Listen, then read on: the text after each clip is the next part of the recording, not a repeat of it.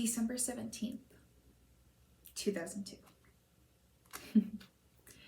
It was the start of my story. Where? Yes, that's the best baby cry that I'm gonna do. But that was all you could hear. My life had just started. 18 years, 9 months, and 10 days. That's when I thought that my life was long enough. On September 27th, 2021, I tried to take my life. I attempted to overdose. It wasn't on anything hard, like illegal prescriptions or anything like that. No, it was this over-the-counter bottle of Tylenol. Pathetic, I know. Anyways, that's not the point. Each pill was about 500 milligrams, and the bottle had 200 tablets. 102 is when I stopped keeping track of how many I had taken. I dialed my best friend. No answer.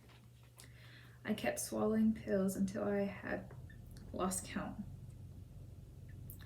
Around 10 o'clock that night, I started vomiting. 5 minutes after, my best friend called.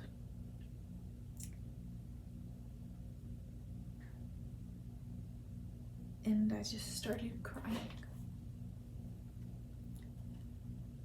Anna, are you okay? I told her yeah, and that I loved her. I started to walk around campus, barely being able to put one foot in front of the other. The whole time, I was just talking to her. I sat on a bench in front of one of the science buildings. I could feel myself slowly losing it. I was still on the phone with her.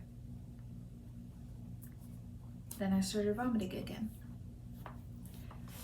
Anna, you know I love you, right? I didn't say it back. I just told her that I'd call her back later, and I hung up.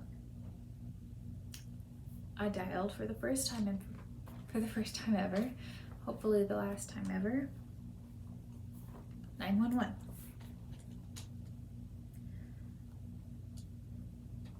I still remember. I'd like to report an attempted suicide. And the lady who was talking to me, she asked, whose? And I felt like I was being so dramatic. I started crying some more when I said my own.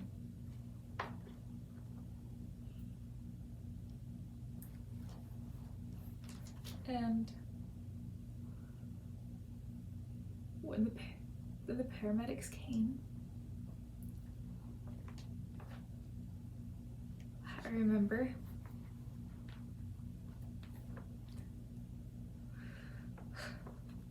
the only thing that I could say was, I'm sorry.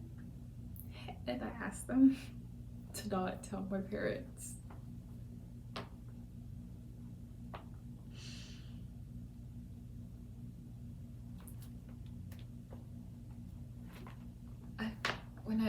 When we went to the hospital, I had to wait for a room for a little bit. And I felt like, oh, I shouldn't have called them, because they already had a whole bunch of people, you know, and they didn't need somebody who just tried to kill themselves and didn't even succeed in that part.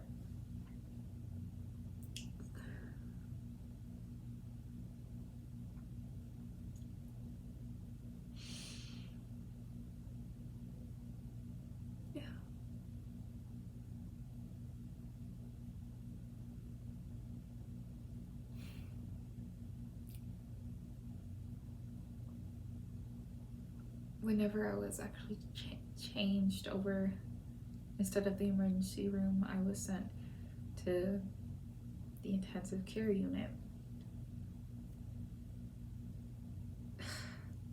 And the only thing I can remember is vomiting and vomiting for hours. I swear I was there up until like 5, and up until 5 in the morning, just pure vomiting. And yeah, I'd fallen asleep like twice.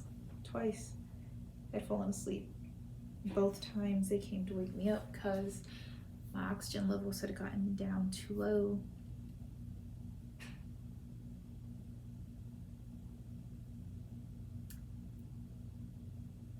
If I hadn't been there, and I had actually went to sleep at home, and my plan had succeeded, I would not be here.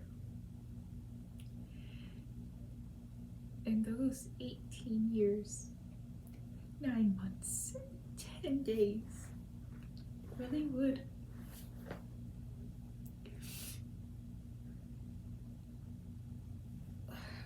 They really would have been the only life that I knew.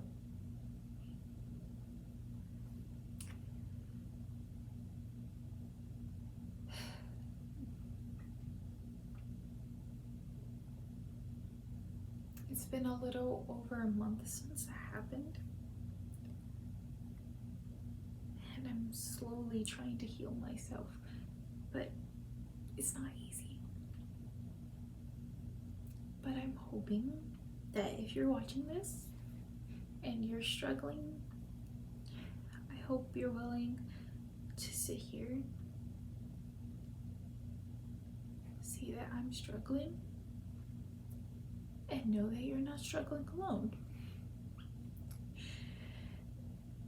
And I pray that if you are someone that is out there sitting by themselves, wondering if you should end it all, I'm praying, I'm hoping, I'm wishing that seeing somebody else who survived it will help you. And no, I'm not completely fixed per se. I'm still very, very, very broken. And I know that. I acknowledge that. But if we're broken together, maybe we can be like a puzzle and reconnect with ourselves, with the people around us, and maybe our heart can mend. And everything in this past month and a half will seem worth it to you, to me, to hopefully seem worth it to live. And I'll continue uploading my journey to mental health, like proper mental health. And I'm hoping that this helps somebody, even if only one person watches it. I'm hoping that it helps you. And that's why I'm making this today.